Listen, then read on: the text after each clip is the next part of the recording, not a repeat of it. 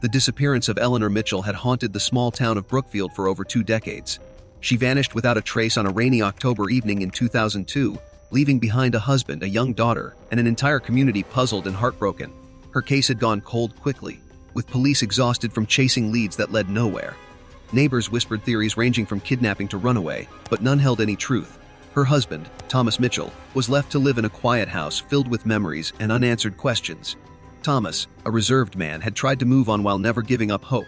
He maintained Eleanor's house as she had left it, preserving photographs, letters, and belongings exactly where they belonged. For years, he reported sightings, made calls, and followed every lead, but the trail had always run cold. Life became a routine of silence, grief, and unanswered prayers. The town itself had almost forgotten the case, seeing it as one of those tragic mysteries that time quietly buries, yet Thomas never forgot. Then, 23 years later, an ordinary day turned extraordinary.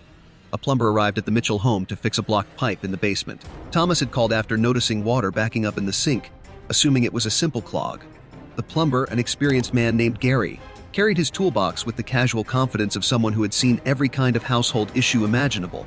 He was unaware that he was about to uncover a secret that would shake the very foundation of the Mitchell household. As Gary descended into the dimly lit basement, he noticed the smell immediately. At first, he thought it was just mold from the dampness. But then, he saw something in the corner that made him freeze. There, partially hidden behind old boxes and a stack of newspapers, was a dark, indistinct mass. His instincts told him this was not part of the house, not part of the routine clutter he was used to dealing with. Hesitation gripped him, but professionalism drove him to investigate further. Thomas, upstairs, had no idea that anything unusual had been discovered. He was going about his day cleaning the living room, unaware that the mystery that had haunted him for decades was literally right beneath his feet. The plumber's voice called out, tense and shaky, asking him to come down. When Thomas reached the basement, he could not believe his eyes. The mass in the corner, once cleared of some debris, revealed something horrifying and unmistakable: skeletal remains. For a moment, time seemed to stop. Thomas could barely process what he was seeing. After all these years, the woman he had loved, the mother of his child, had been there all along, hidden away in a part of the house that had gone largely unnoticed. The shock was compounded by disbelief, anger, and grief. How could this have remained undiscovered for 23 years? How had someone managed to hide such a secret so meticulously? Questions swirled in his mind, but the reality was undeniable. Authorities were called immediately, and the scene was cordoned off.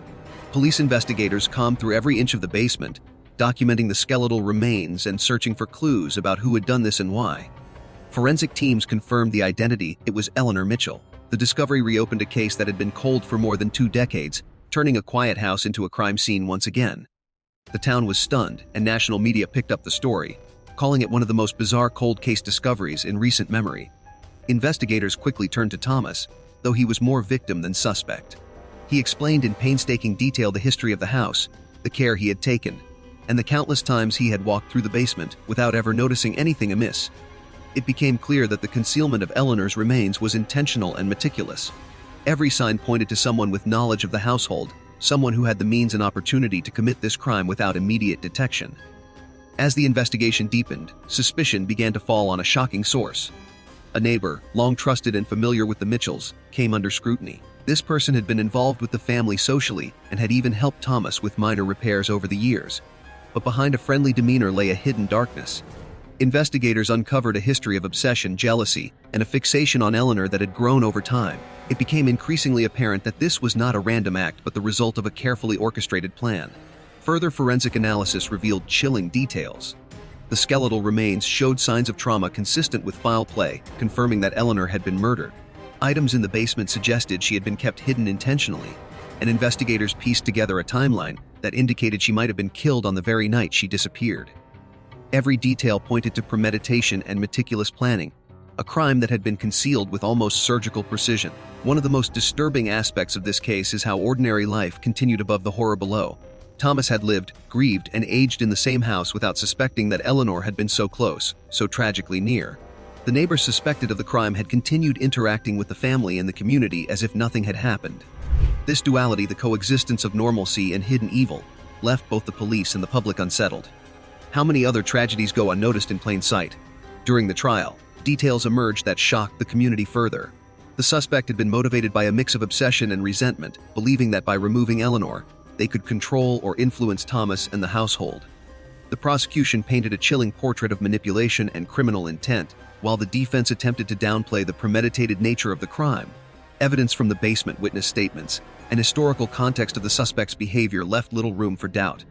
As testimony unfolded, it became clear that the crime was planned to perfection. The basement, often overlooked by Thomas, was chosen intentionally as a place to hide the evidence.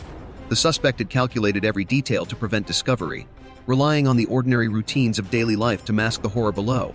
This strategy worked for over 20 years, allowing the crime to remain a secret long after Eleanor's disappearance.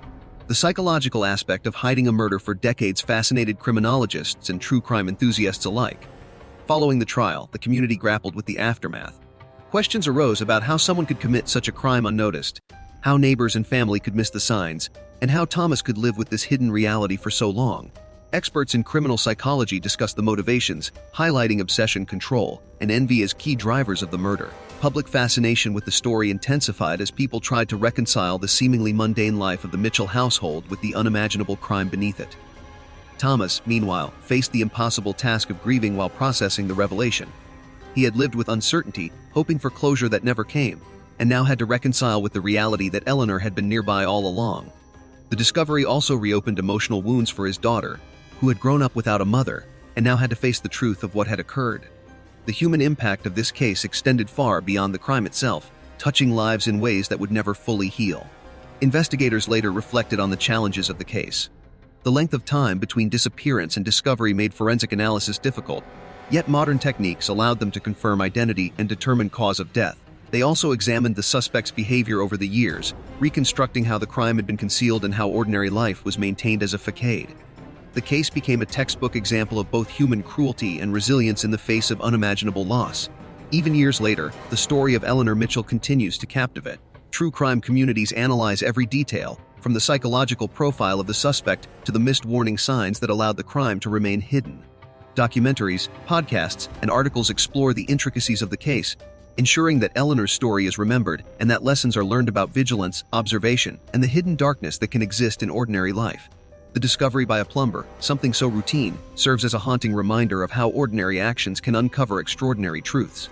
A blocked pipe, an everyday problem, revealed a decades-old secret and brought closure to a case that had baffled investigators and tormented a family.